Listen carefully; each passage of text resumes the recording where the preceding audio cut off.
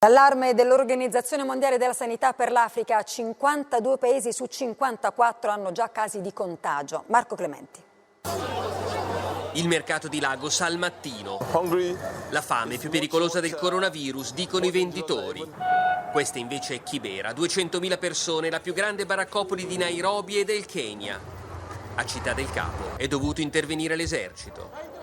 Il Covid è arrivato in Africa, superati i 1.000 morti, quasi 20.000 i casi accertati, meno che nel resto del mondo, ma la crescita preoccupa. L'epidemia si sta diffondendo nell'Africa, interessa già 52 su 54 paesi e l'Africa non ha le risorse che abbiamo noi. Molti paesi non posseggono neanche un posto letto di terapia intensiva o non hanno le risorse per la diagnosi o per la cura.